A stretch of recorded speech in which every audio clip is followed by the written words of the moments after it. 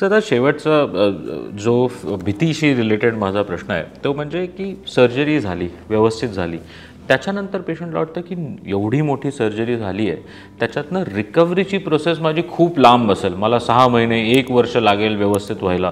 तर ही भीती खरंच आहे का? नाही नाही नाही. आता आधुनिक तंत्रज्ञानामुळे ऑपरेशन नंतर लगेचच फिजिओथेरपी चालू केली जाते. त्यांचे फूट अँकल मुवमेंट्स चालू करतात, नीचे आयसोमेट्रिक एक्सरसाइज चालू केले जातात आणि 12 किंवा 24 तासात आम्ही पेशंटला चक्क उभं करतो आणि वॉकरनी चालवतो. आमच्याकडे जे फिजिओथेरपिस्ट आहेत ते इन हाऊस 2 ते 3 दिवस जो काय काळ रुग्ण हॉस्पिटलमध्ये ॲडमिट आहेत ते फिजिओथेरपी देतात. आईस थेरपी म्हणजे क्रायोथेरपी बर्फानी शेकतात आणि वॉकरनी त्या रुग्णाला चालवतात. त्यानंतर पण आम्ही कटाक्षांना बघतो की घरी पण सुपरवाइज्ड फिजिओथेरपी त्या रुग्णाला मिळाली पाहिजे आणि हिलिओस ही जी एक एजन्सी आहे त्यामार्फत रुग्णांना आम्ही घरी फिजिओथेरपी देतो आणि त्याच्यावर मी पाहिलं आहे की त्यांच्या रिकव्हरीमध्ये खूप फरक पडतो.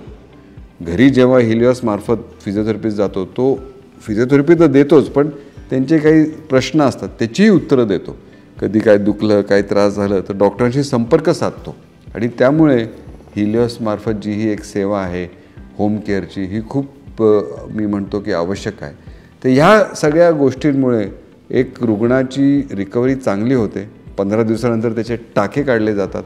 2 ते 3 आठवड्यांपर्यंत त्याला वॉकर द्यायला लागतो. वॉकरनंतर काही रुग्णांना काठी पण देतो आणि सर्वसाधारणपणे 4 आठवड्यात तो पूर्णपणे स्वावलंबी होतो. तो स्वतः ॲक्टिव्हिटीज करू शकतो, वॉशरूमला जाऊ शकतो. त्याला जर गाडी चालवायची असेल तर आम्ही 8 आठवड्यात गाडी चालवायची परवानगीही देतो.